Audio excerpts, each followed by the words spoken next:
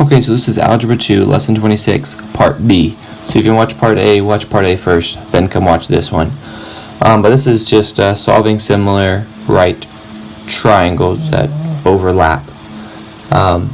So let's just, real quick, let's look at this blue triangle here. I'm sorry this is not to scale, but that's this one here. It's a right angle. This side length is 4, this side length is 5, and this side length is A. So look at this big triangle here in red. It's going to be something like this. This side length is C. Now from here to here is 5, and from here to here is 3. So the whole length is going to be 8, because 5 plus 3 is 8. So this side length is 8. And then similar on this top, from here to here is A, and from here to here is B. So the whole length would be just the sum of those two, A plus B. And again, this is a right triangle. So let's start off with this small one here. I can find out what A is by doing Pythagorean theorem. So I know 5 squared plus 4 squared is going to equal to A squared.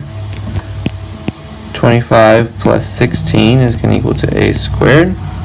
That's going to be 41 is equal to A squared. That means A is going to equal to the square root of 41. So here is the first part of my answer. Now I can also find C by realizing these are similar factors, by similar triangles, sorry. This angle is the same as this one, that one's the same as this one, which means this one must be the same as this one. If all three angles are the same, that means they're similar.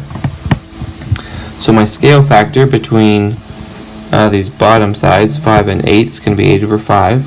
So I can use that with the 4 to find the C. So I know 4 times 8 over 5, which is my scale factor, should equal to C. So it's going to be 32 over 5 is equal to C, or C is equal to 32 over 5. So it's my second part of my answer. Now I just have to find that B.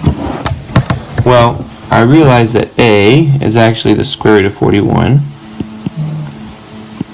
And that C is actually 32 over 5.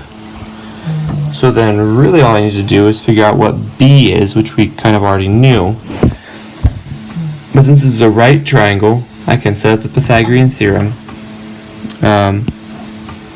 just like I did with the blue one.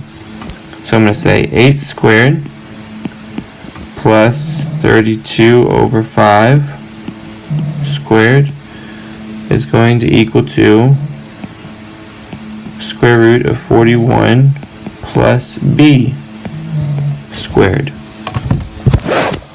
Now I just have to simplify this down.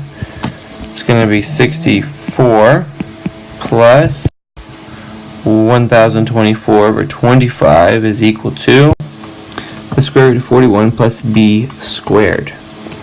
So let's see if we can combine those terms on the left by getting like denominators. So it's going to be 1600 over 25. It's the same thing as 24. Use your calculator and check me if you want. So we just need to add those two terms on the left, and you get 2624 over 25 is equal to this thing squared, for the square root there. Okay. Now to get rid of that exponent of the square root, to get rid of that exponent, we want to take the square root of both sides. So I'm going to say the square root of the left-hand side is equal to the square root of the right-hand side. Opposite operation means the square root of 41 plus B. The left-hand side is going to be the square root of 2624 over 5, because remember the square root of 25 is just 5. To solve for B, I'm going to subtract the square root of 41. So I'm going to have B is equal to square root of 2624 over 5 minus the square root of 41. Of course, this would be an exact answer here for part B. You could also do a decimal approximation, but we will leave it like that. Okay, not real pretty, but I have full confidence you can do that. Don't freak out or run from the room. You're fine. You're fine. Stop it. Alright, your homework for today is on page 122. You're doing 8 through 27 all. Good luck. Ask questions if you need it.